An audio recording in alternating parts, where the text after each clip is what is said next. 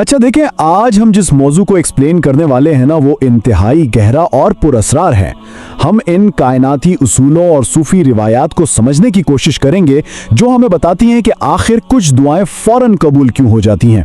खास तौर पर हम इसमें आज़म की हकीकत, दुआ की कबूलियत के लिए ज़रूरी और पोशीदा रूहानी शराइत और इस पूरे प्रोसेस में दुरूद पाक की जो फैसला कौन अहमियत है उसे डिकोड करेंगे। तो चलें सीधा अपने टॉपिक की तरफ चलते हैं। हम सब की जिंदगियों में कभी ना कभी ये सवाल जरूर उठता है, आखिर ऐसा क्यों होता है कि इंसान सालों तक वजीफे पढ़ता है, रातों को जागता है, लेकिन अक्सर यूं महसूस होता है जैसे दुआएं किसी बंद कमरे से बाहर ही नहीं जा रही। एक अजीब सी बेअसरी महसूस होती है। लेकिन दूसरी तरफ जब हम रूहानी शख्सियात यानी औलिया अल्लाह की जिंदगियों को पढ़ते हैं तो रिवायात के मुताबिक उनकी एक छोटी सी इल्तिजा भी फौरन असर दिखाती है, नामुमकिन लम्हों में मुमकिन हो जाता है। तो आखिर इतना बड़ा फर्क क्यों है एक आम इंसान की दहाइयों की मेहनत और एक रूहानी मास्टर की चंद लम्हों की दुआ के दरमियान? वो कौन सा पोशीदा फर्क है जो कायनात के सारे दरवाजे खोल देता है?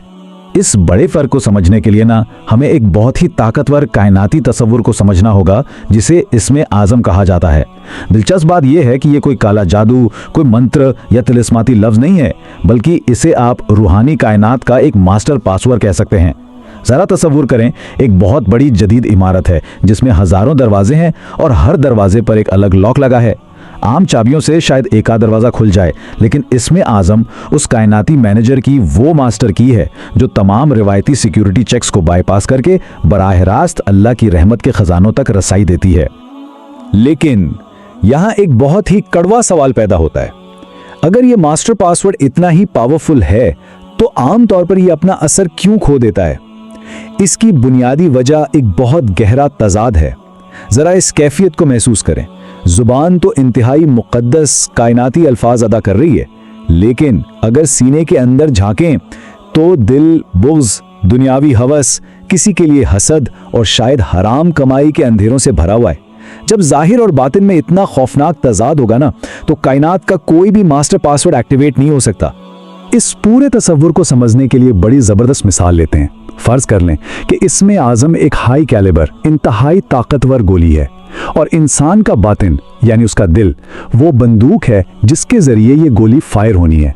अब खुद सोचें, अगर दुनिया की सबसे महंगी और ताकतवर गोली ले आएं, लेकिन जिस बंदूक में उसे लोड किया जा रहा है उसकी नाली में दुनियावी होश और हराम रिस्क का मोटा जंग लगा हुआ है, तो क्या होगा?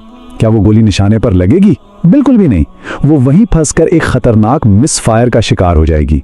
गोली तो ताकतवर थी, सारा मसला उस जंग आलूद हथियार का था। तो ये बात बिल्कुल वाज़ेह हो जाती है कि कायनात का सबसे बड़ा वजीफा भी तब तक काम नहीं करेगा जब तक इसे अदा करने वाला बातिन मुकम्मल तौर पर पाक ना हो।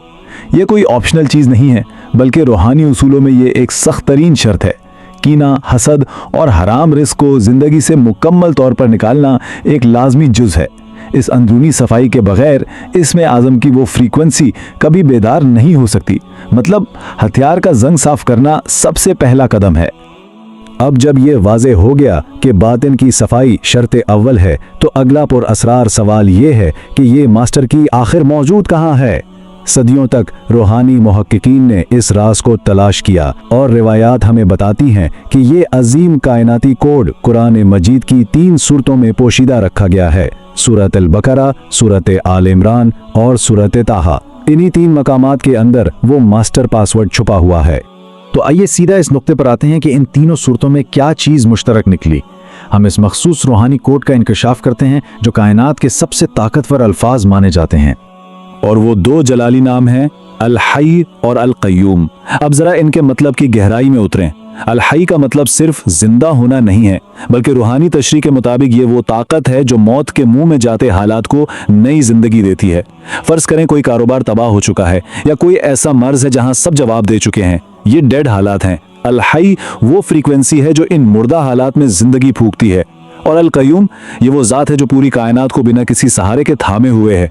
जब जिंदगी की पूरी इमारत गिर रही हो, रिश्ते टूट रहे हों, तो अल क़य्यूम इन बिखरती हुई हकीकतों को हवा में ही संभालने की हतमी ताकत रखता है। उसकी ताकत का अंदाज़ा तारीख के एक बड़े ही सनसनीखेज वाक़े से लगाया जा सकता है। ग़ज़वा बदर की रात को ज़रा तसव्वुर में लाएं।